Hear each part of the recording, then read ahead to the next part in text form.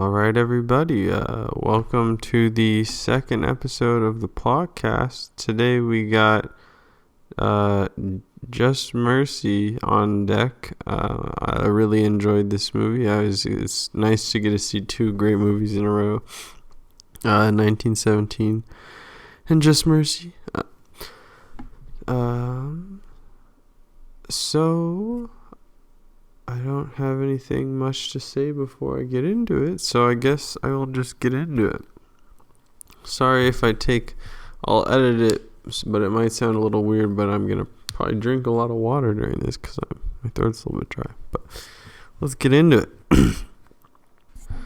All right, so our movie starts off 1987 in Alabama in a forest, it looks to be, and we see the tips of the treetops and pine trees, and we look down and we see a dude with a pretty nice afro and a mustache cutting down a tree, and he's just looking like he's having himself a nice time.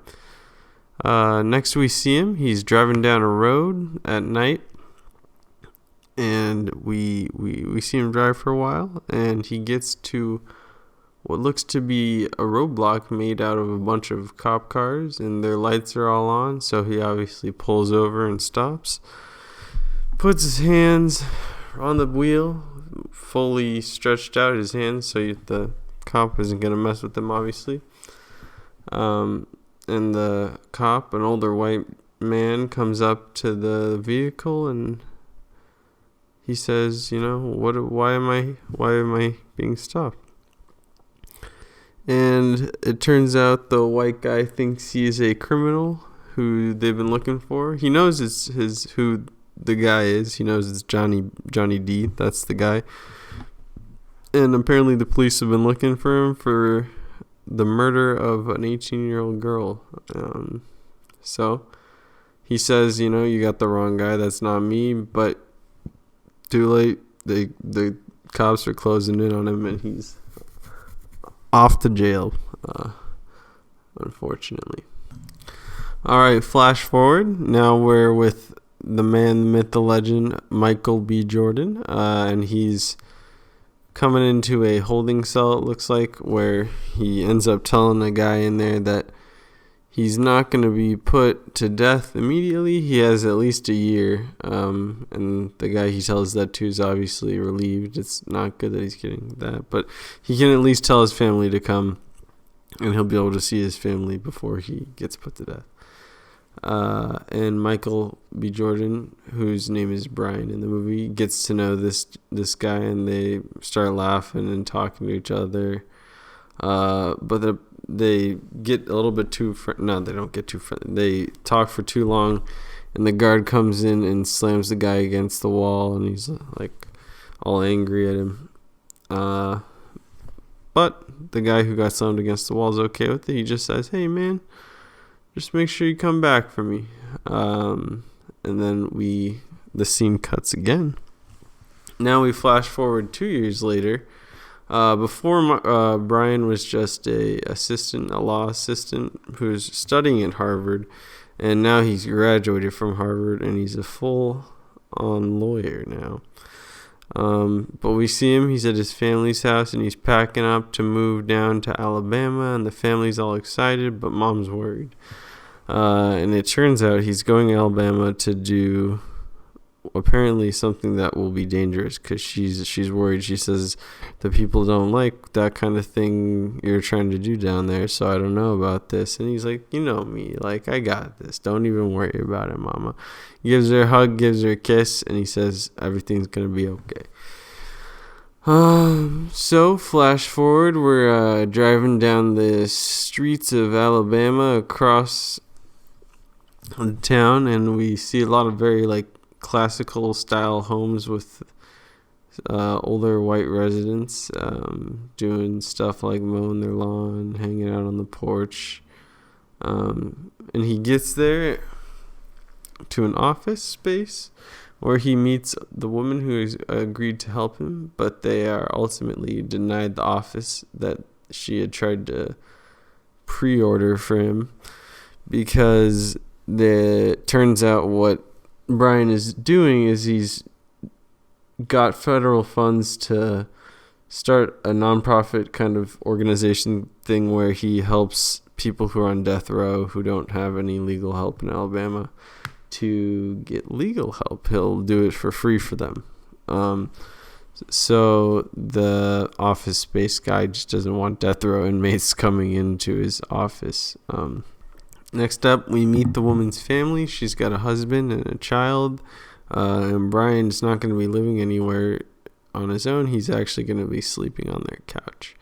And then from there, we go and he actually gets to meet all of the clients that he'll be working with, the death row inmates at the detention center.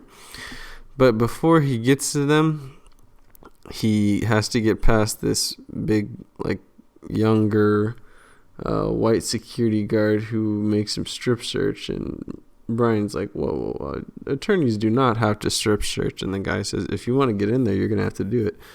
And he makes him strip search all the way, and even makes a joke about making Brian spread, but doesn't go through it. It's just a joke. But Brian is visibly shaken from what would be a truly violating experience.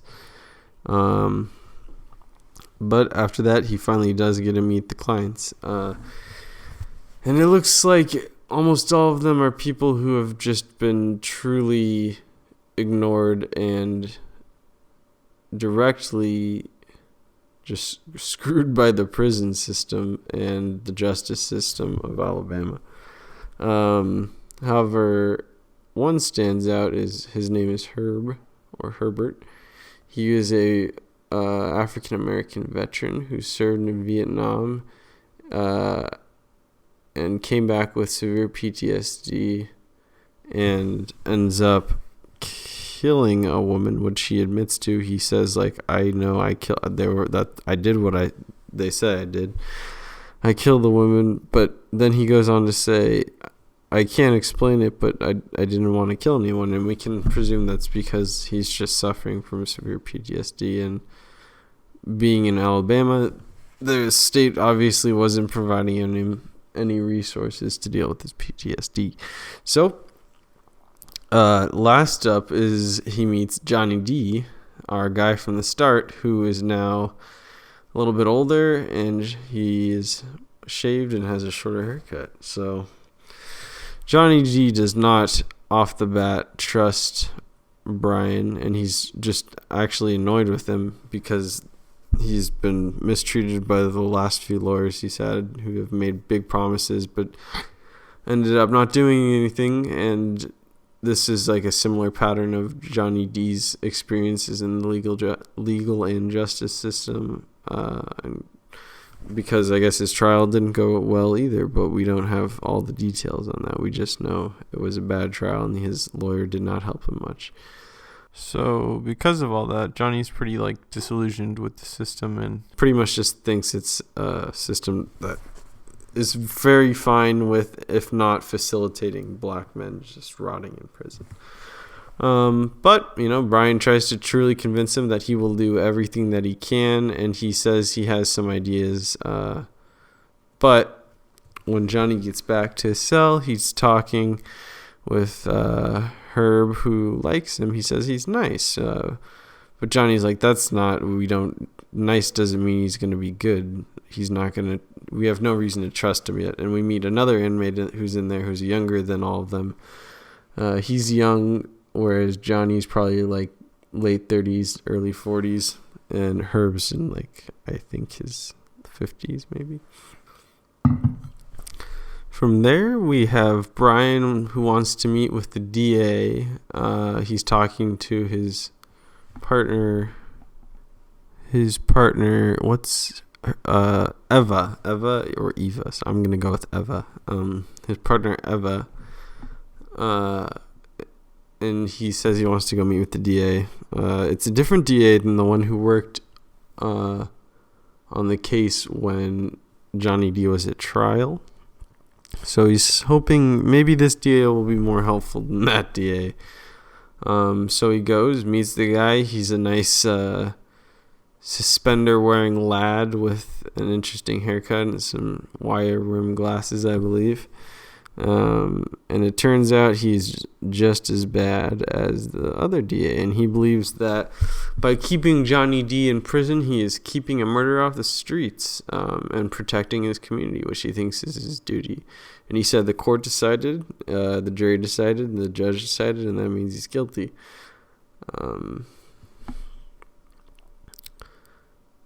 Brian says, what if he wasn't guilty?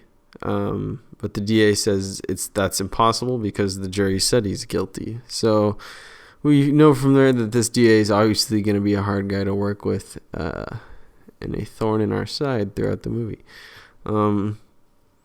So he's bummed about this, but he's not discouraged. Him and Eva go around the town and start to ask people, try and reopen the case by talking to old witnesses, people who are connected to the family. Nobody wants to talk to them, though, and everybody's slamming the door in their face or saying, I want nothing to do with this. One lady says, I'll only help the people who are related to the family of the girl who was murdered. But one former cop, who is apparently the first one on the scene, ends up letting Brian in, but we don't see more of that. We just see that. That's all. So from there, Brian decides to go out to a more rural area, and he's driving by a bunch of more not as nice houses, but it seems like more friendly folk. They're all waving to Johnny, they're not waving to Johnny, they're waving to Brian as he's driving through, and they seem nice. And he arrives at a rusty kind of metal but large house.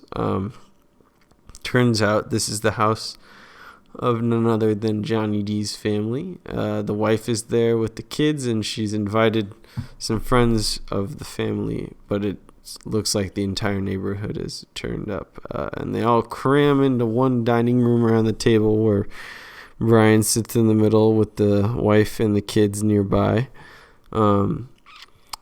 And he tells them, like, hey, I'm going to try and fight and get this trial overturned and the decision fixed and get Johnny out of there. You know, we're trying to do better than the other guys, and I'm going to take this serious.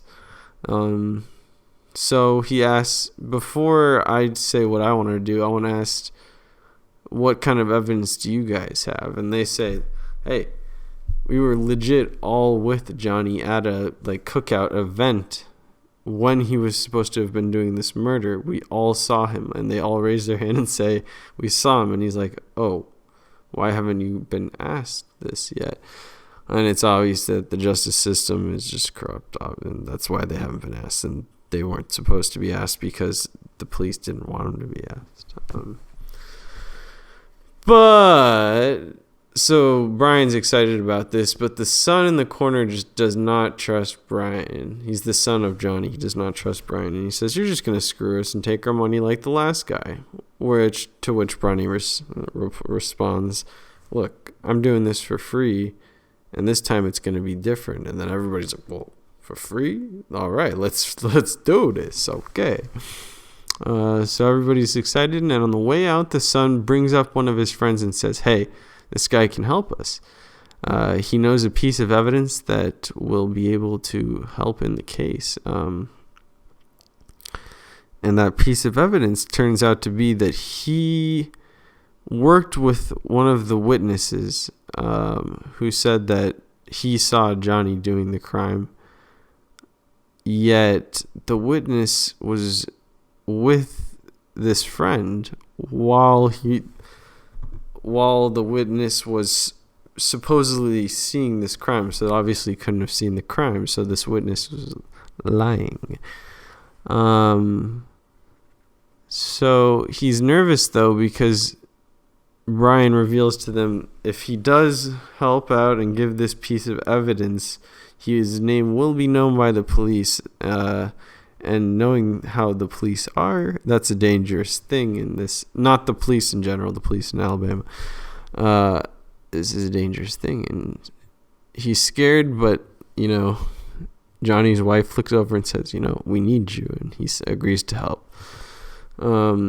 Next up, continuing the investigation, Brian finally meets another key piece.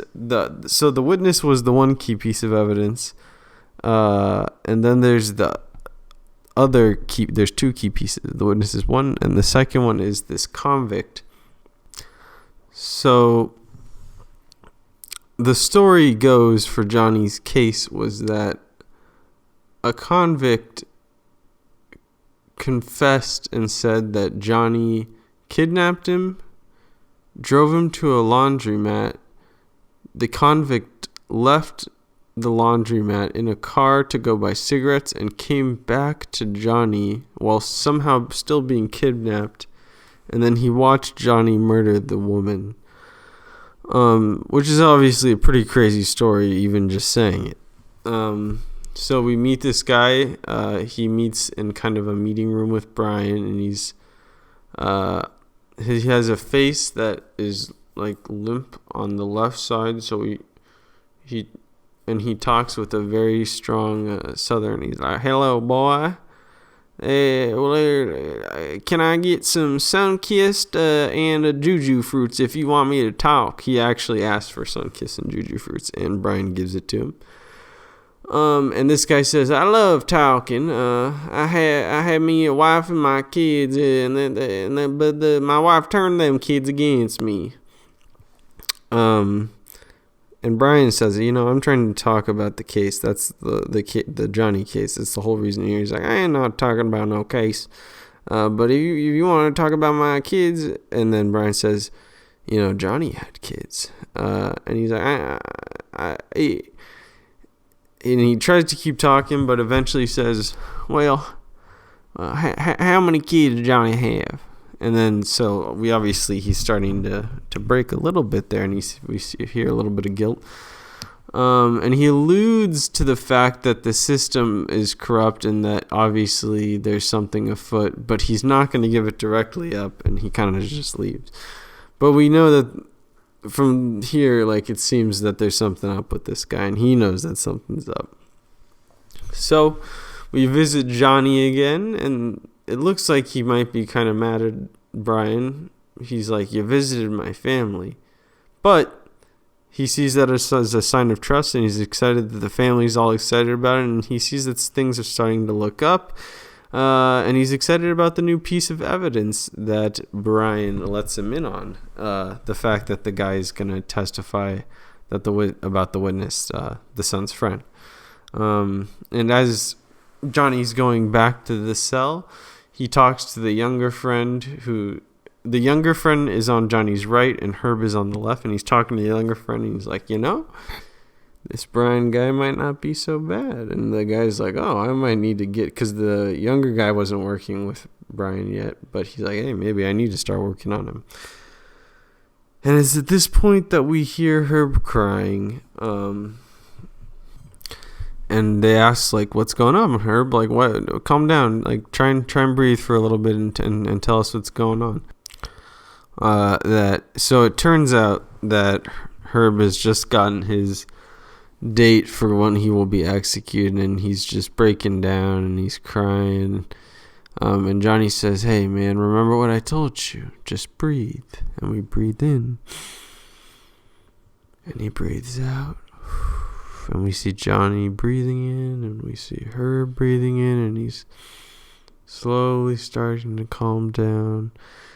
And he says, think of a forest. Think of a forest where you're not contained by any walls or any bars or any metal or anything. And we start to see the forest, and Johnny sees the forest too, and we see that it's the forest from the start. And they keep breathing and thinking about the forest, and he says, "Just keep thinking about that forest, and if you ever get nervous, just remember, think about that forest." And Herb's calming down, and everybody's calming down, and it's sad, but Herb's all right. He's starting to feel better, and the younger guy says, "Hey, man, you gotta fight it, Herb. The war did it to you, and you're sick, and they didn't treat you right. You gotta keep going. You're gonna be all right. Brian's gonna fix things and get you off the hook." So that is it's an intense scene. So back at Brian and Eva's office, we get a call from the son's friend.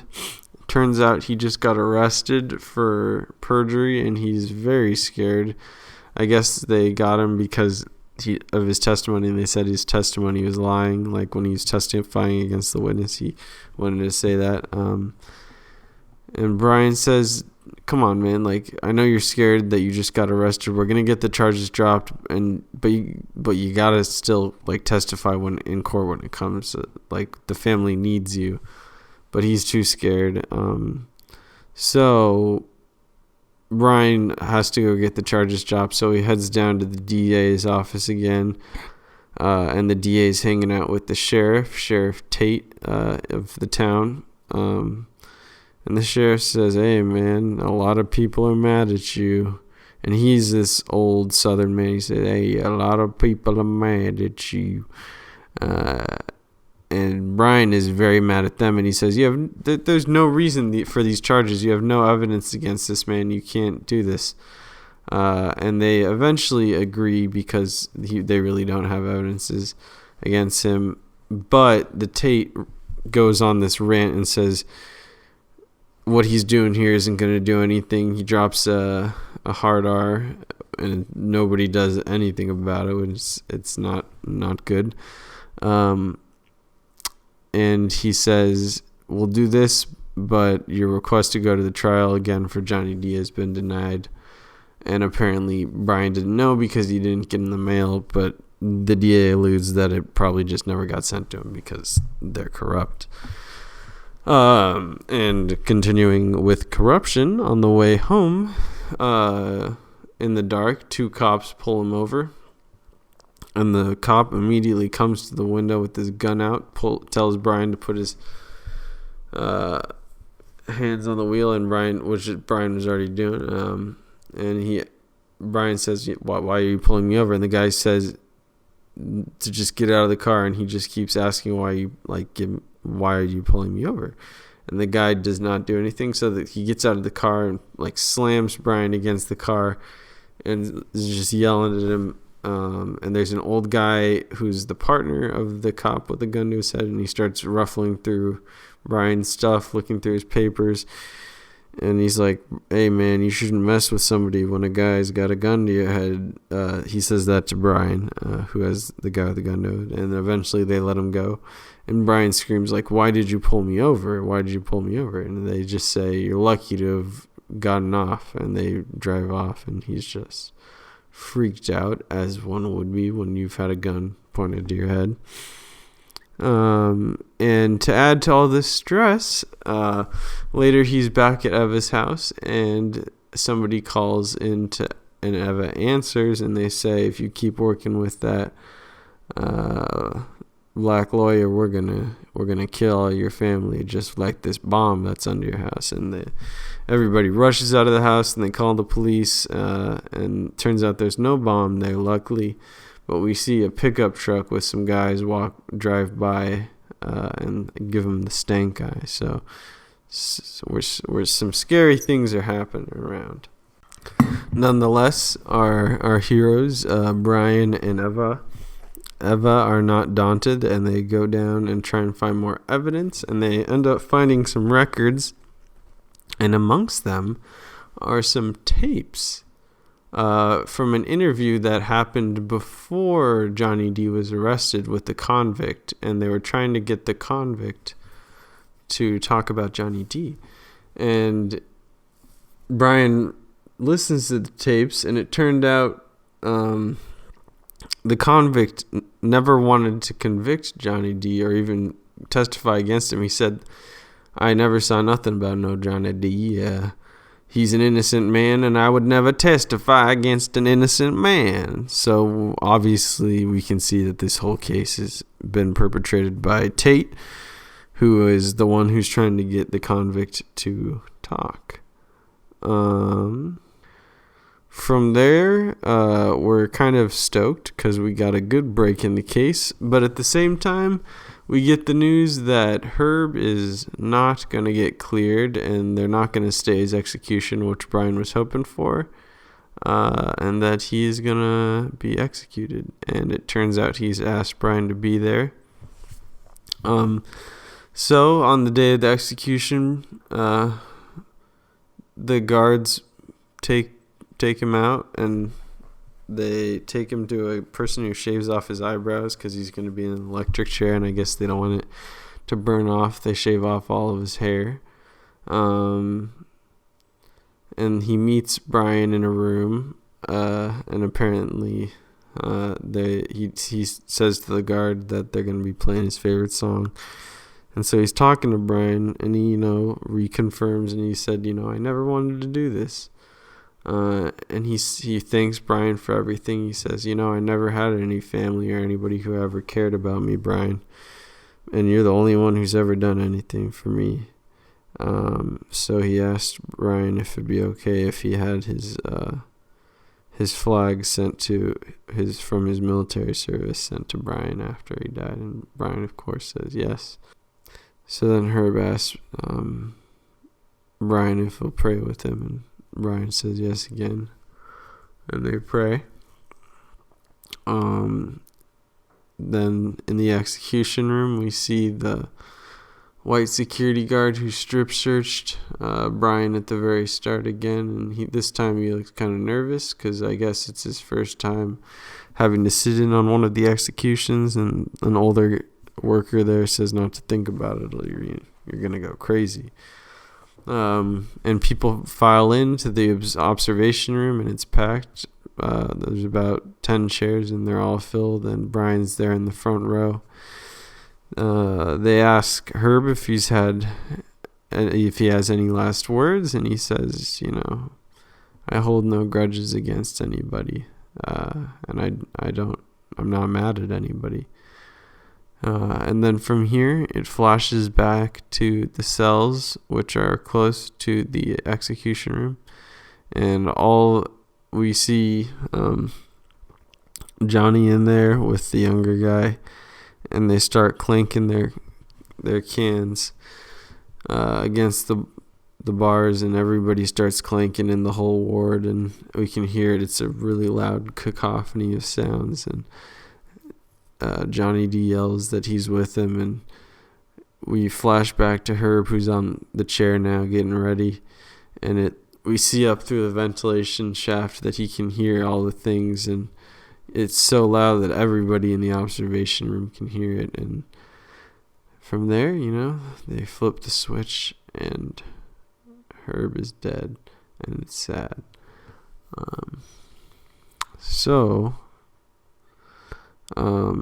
From there, we head back to the convict again, and Brian's all business this time because he knows the convict has been lying this whole time and lied in his testimony. But he learns from the convict that before he had changed his testimony to be against Johnny D, the sheriff had moved him to death row to scare him, and he specifically put him in the cell that was right next to the execution room.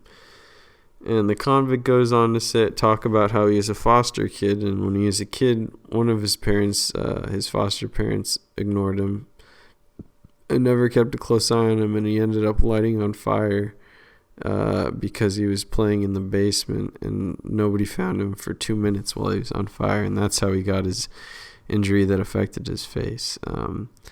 And so knowing this, the sheriff put him in that room because he knew that you could smell the burning flesh from the executions, which happened quite often. So every time there was one, he would smell the burning flesh, and he'd go and do a kind of an anxiety attack and try and breathe, but all he could do is just smell the burning flesh. And he ended up cooperating and saying that it was Johnny D who did the crime. But Brian says, I just saw someone get executed myself, and I know you've seen people get executed before, or at least heard them. So you know what's going to happen to Johnny D if you don't help us out, and he eventually agrees to do it. So the day of the court case finally comes where they're going to see if they're going to overturn the ruling, and everybody files in. The family files in. The DA's there, the sheriff's there, and there's a judge. And we start the case, or we start the proceedings. And the convict comes in, and he looks just pretty wasted. He does not look good, and he says something about how the guards got him up at 2 a.m. in the morning, and something seems a little bit off. We're not feeling too good about this, and it looks like he's getting eyed by the sheriff. And it turns out when Brian goes up and tries to get him to say what he had said in this about how his first confession was the truth and his second confession was the lie, he's not cooperating at all. And we're like, oh no. And we can see the sheriff just eyeing him in the corner, and it's like, oh, this is not good.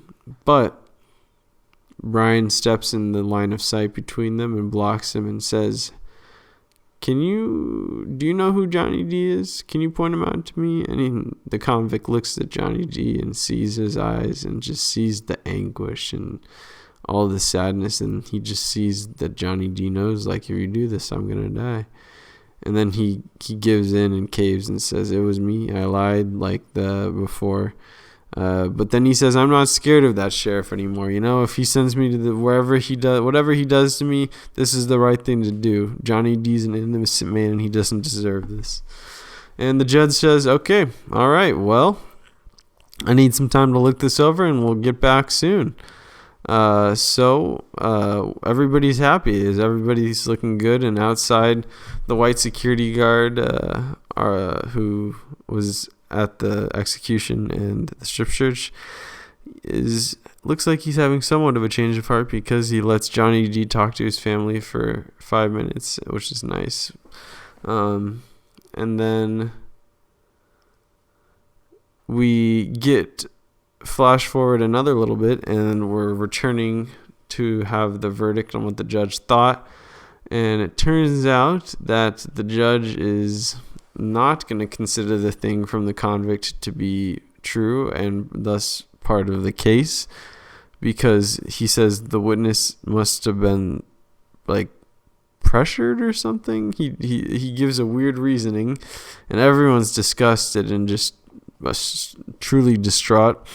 And Johnny D's son gets up and just goes off on the judge, and he gets arrested for contempt of court, and he's tackled and beaten up a little bit. And Johnny is taken back to his own cell, and he won't go in. And the white security guard guy's like, come on, man, like, just don't make this hard. And he ends up struggling, and they have to fight him, and they like beat him up and throw him against the bed, and we see Johnny crying, and very defeated looking. But next time Brian sees him, he looks a little bit sad, but he tells Brian something. He says, the first couple months after everything, everybody started to like ask, like, did Johnny really do that? And then he started to have more and more of his friends and family like fade away and start talking to him less, and he could see that his family was looking at him differently. And when he saw his son stand up for him in court, he saw that his family really did believe in him. And he's just, with everything that happened so far, his knowing that his family didn't think he was a murderer was enough for him at this point. But he's still ready to fight. And he said, Brian, if you're ready to fight, I'm ready to fight. We're still doing this. And so Brian says, oh, yeah, we're doing this. And he tells the family, too, and he says, this isn't over.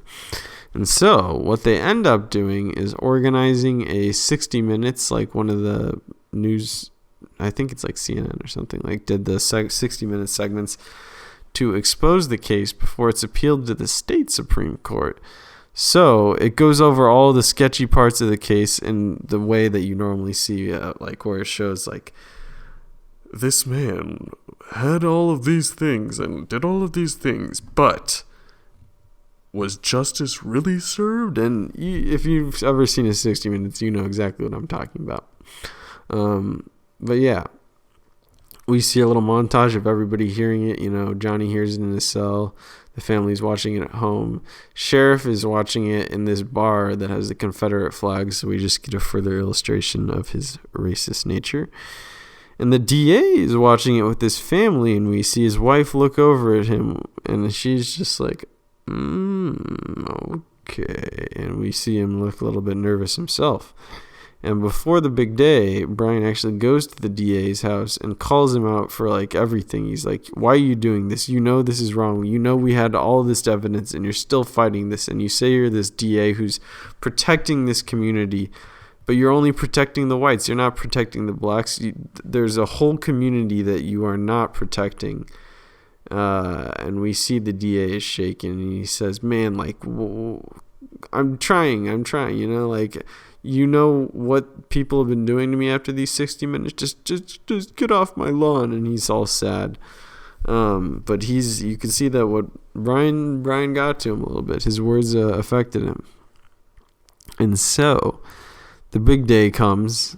We're gonna have Brian's trying to get all of the charges dropped through the state Supreme Court, and he stands up and he gives this speech about all of the evidence that we've seen. But then he also says, look at the back of the court, and all of Johnny's family is there, and a lot of the community, and they weren't given seats because the sheriff had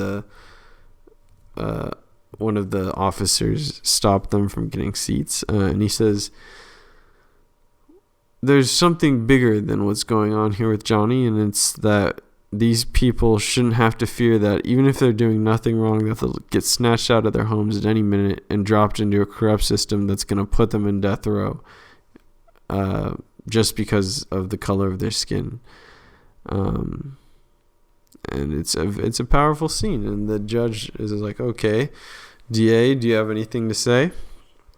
And the DA gets up and he's ready to make his defense, and he stumbles a little bit though, and he's shaking, and he approaches the judge and he says, and he whispers and he says, I'm troubled, Judge. And she says, like, what? You're troubled about what? And he says, I'm troubled and I just want to protect this community from murders. So it's like, oh no, not this again. But then he says, but Johnny, after I've looked at this end of evidence, Johnny is not a murderer. And we just see the sheriff just crumble, and everybody in the courtroom erupts, and they're like, oh yeah. And we look at Johnny, and he can't even believe it, and he just on the table just crying, and we see Brian give a little nod to the DA, and we flash to Johnny taking all of his stuff out of his cell, and as he's leaving, everybody clanks the cups against the cells, just like when Herb died, because just like when Herb was finally free, Johnny himself is now free. And he shakes a couple people's hands, gives a couple knuckle bumps, and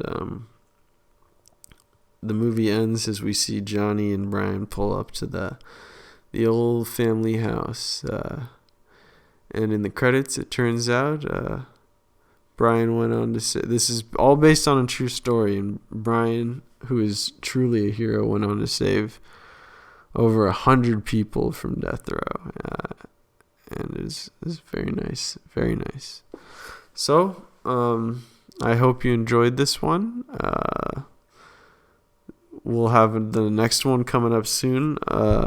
More lighthearted one. We'll have Doolittle, which I already saw, and I'm getting that one ready for you. So, thank you for listening, and tune in next time.